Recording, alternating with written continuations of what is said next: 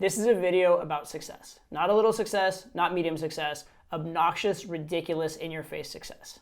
I'm talking about more dating success than any man honestly really needs, and actually more than most men can even dream of as possible. And why did I do it? I did it simply to prove a point. So what point am I making with this video? Simply that you can get a crazy amount of dates with online dating, and it's not even that hard. Specifically, I set out to find out how many dates I could get in a 7-day period, and I actually handcuffed myself a little bit. I didn't maximize my photos, I didn't start early and build up a runway, and I didn't even live in the city I was dating in. So I kind of fought with my hands behind my back because I wanted everybody to be able to duplicate this if you get good enough at online dating. Specifically, I went on 10 dates in 7 days, and in this video, I'm going to show you the tactics that I used to do it.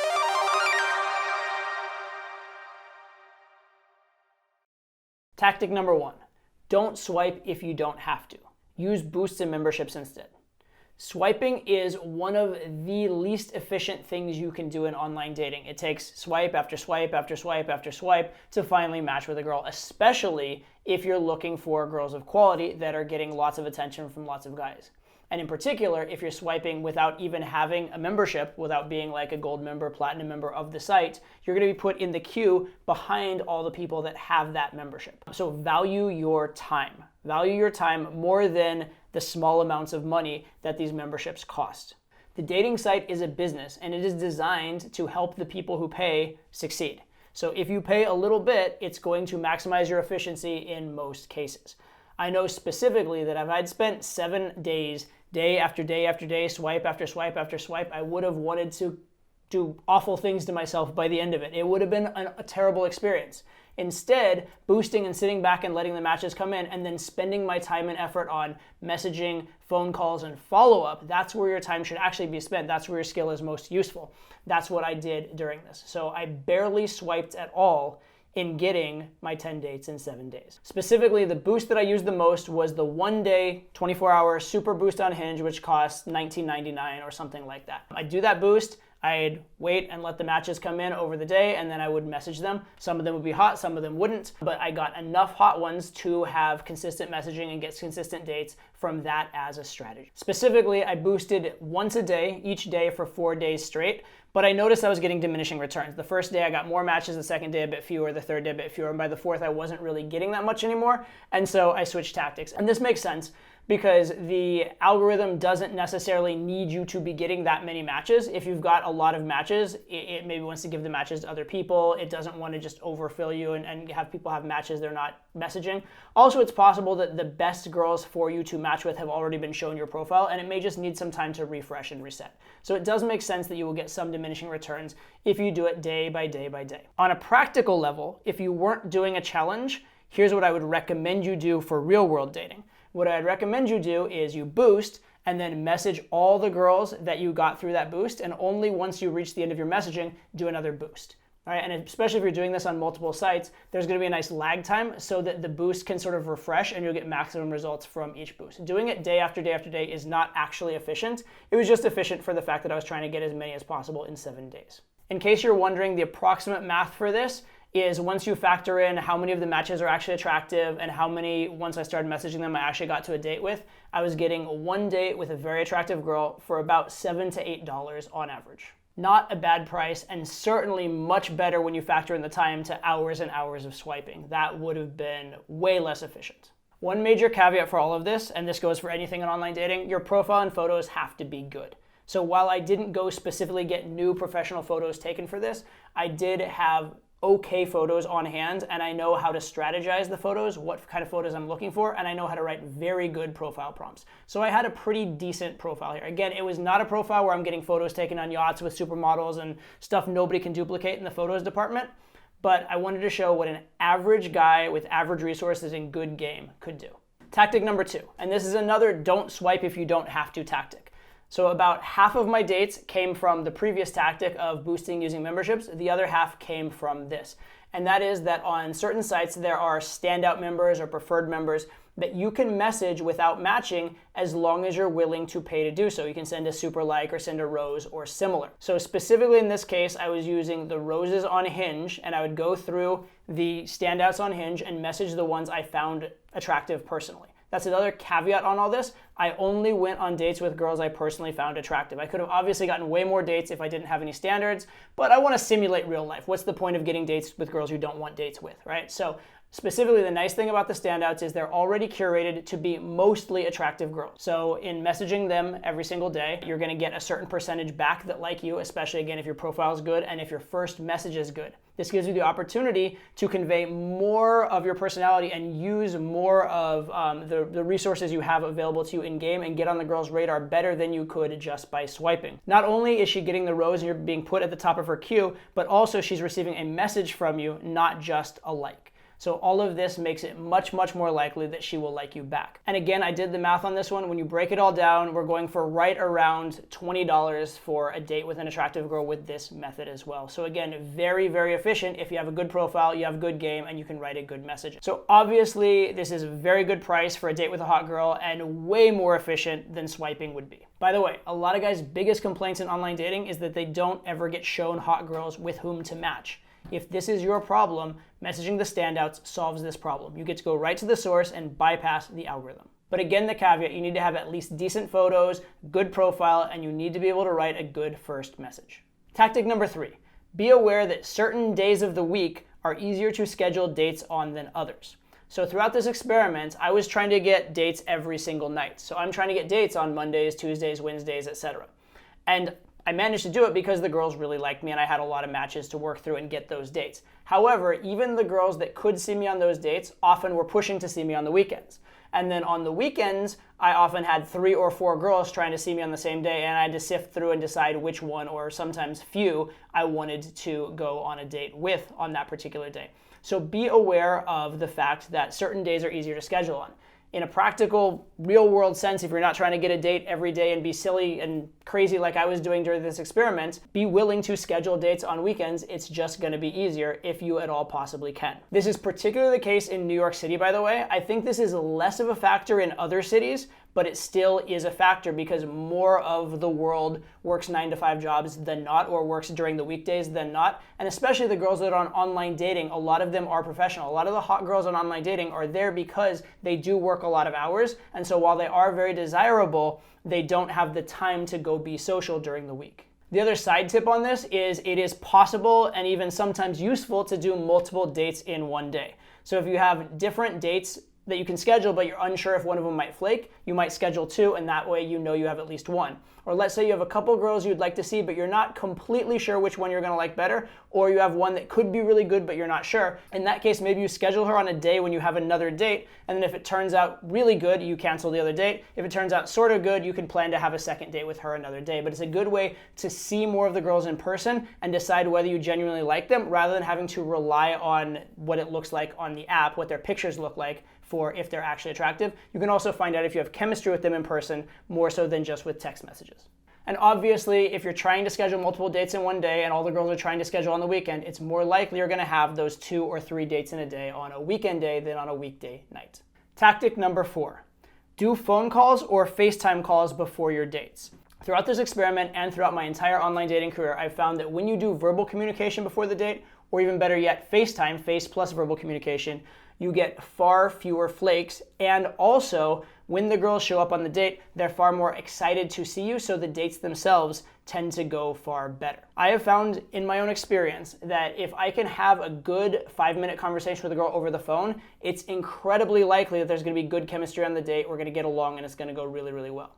Also, I found that when you set dates using a phone call versus not using a phone call, the ones that have not had a phone call are about 4 to 5 times more likely to flake than the ones where you did have the phone call. This is very important for your dating life in general because flakes are frustrating, but it's especially important if you're trying to have dates almost every single night. Because if you've reserved a night for a particular date and she flakes on you, you have to really scramble to get another date that night, and it can be very, very difficult. One other benefit of a FaceTime call is you can find out how attractive the girl actually is. There was one girl in particular during this challenge that I did a FaceTime call with her, and she was okay looking, but she wasn't as good looking as her photos, and I actually decided based on the FaceTime call not to go on the date with her, even though she enjoyed it a lot and wanted to go on the date a lot with me after it. So that's one other reason to do the FaceTime call, is you can actually find out how the girl looks so you're not showing up on the date and the girl doesn't look like her photos. Tactic number 5. choose the right app. And specifically, in my opinion, in the United States, Tinder is no longer the #1 app anymore. I would say that Hinge is a better app than Tinder in most places in the United States, and certainly it's the one that I used the most during this challenge. I will say some of my students in Europe still swear by Tinder, so they're still doing very well with it, and you still certainly can get lots of matches with Tinder, but I just found Hinge to be far more efficient currently. Really good game on an app where there are a lot of fake profiles and people who are not looking to date is probably going to be less effective than pretty good game on an app where people genuinely are your target demographic and are interested and actively looking to date. So a lot of these demographic factors will play a huge role in your success whether or not you have good game. One site that's actually underappreciated for efficiency's sake is Match.com. Now, this probably can't be your primary site because it just doesn't have the volume of hot girls that it used to. However, it does have one feature that makes it highly efficient, and that's that you can actually wink at and or message girls without having to have swiped on them or been approved by them in any way first. So you can get your profile and even your message in front of girls more efficiently than on other sites, especially for almost free. With Match.com, it's a monthly membership, so you're paying that, but then each individual message that you're sending doesn't cost. So the cost to get a message in front of a hot girl is less, and the speed to do it is less. Now, you're gonna have to scroll through and find the hot girls, but that's not a hard process.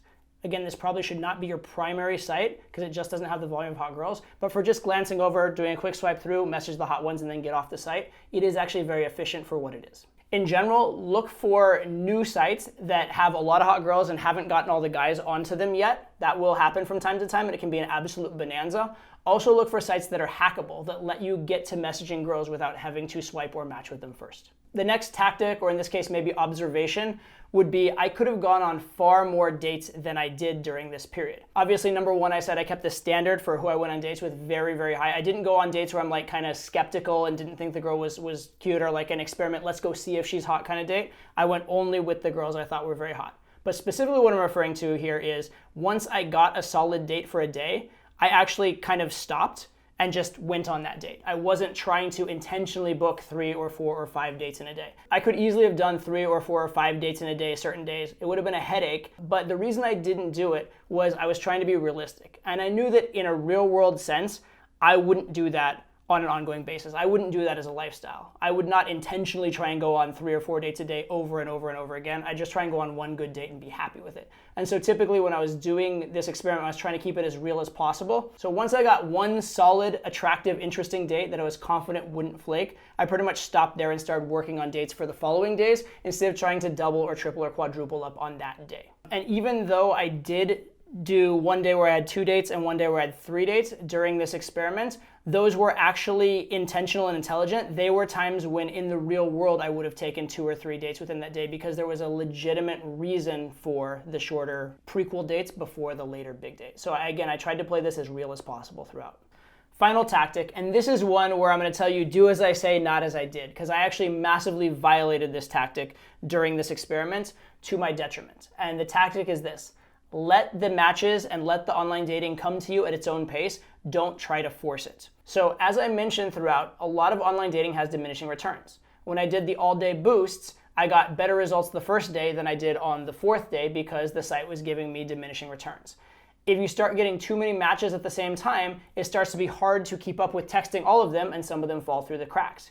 If you start getting all your matches in like one clump, now all of a sudden they all want to schedule dates with you on the same day instead of just naturally following where you have one on one day, another on the next day, another few days later, etc. And so online dating is much more efficient when you just do it at a slow, easy, reasonable pace and work through your existing funnel of matches before you go get new matches. So don't obsess about trying to get a date every single day. Just obsess about trying to get dates with attractive girls you like that fit into your lifestyle and make you happy. It's much more efficient, it's much better, it's much less stress. And I can tell you from experience that I had a lot of times where I was trying to push this girl onto this date so I could push this girl onto this day, and then when one domino fell, it knocked over several other dominoes and I had to scramble to get all the girls back on different dates and be able to make all the different dates. It was a headache doing it this way. It would have been much easier, much more relaxing if I did it the way I normally do in online dating, which is I just kind of, when I have some free time, I get some matches, I message to the amount that is fun, get the dates that I, easily can go on without pushing it. It's much more relaxing, it's much more positive, and your amount of dates per hour used or dates per amount of time messaging, it goes up a lot when you just kind of let it come in its own rhythm rather than trying to push it or force it. In order to illustrate this point, I want to do a quick thought experiment. Let's say you could get 1 match per day for 5 days straight, or you could get 5 matches all in one day. Well, when you start messaging those 5 matches you got in the same day, it usually takes a similar amount of messages to get the girl to a phone number and get the girl to a date. And so you're going to get those 5 girls kind of getting to the point of being ready for a date right about the same time. And you're going to have like 5 girls to try and schedule over 2 or 3 days.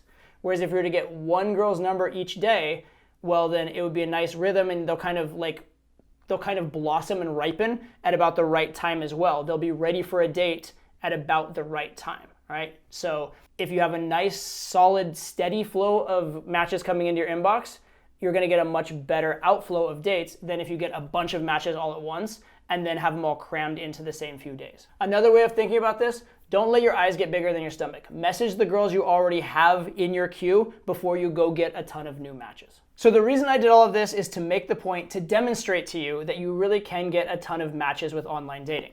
And each and every one of the tactics in this video will help you to be more efficient and maximize those matches. However, none of it would be possible if I didn't have photos that were at least good enough, a good profile, and good messaging.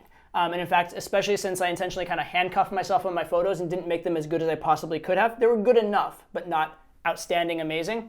The profile and the messaging was particularly good, and that's what really stood out and got me these matches. Do not overlook the game aspect of online game. Do not overlook the fact that game is communication and that the girl does actually care about your personality and, of course, your photos as well. I specifically talk about all these points and tons more in my new 8-week course, Online Dating Academy. And by the way, in that course, you can actually see each and every one of the 10 dates I went on in these 7 days, fully expanded with my breakdown, exactly how I did everything from the messaging through the date all the way to its finality. Obviously took a ton of time for me and even more time from my editing team, but I really wanted you to see how this all went down and see what is possible. You can check it all out at the link below. Hopefully I'll see you there, and I'll see you on the next video.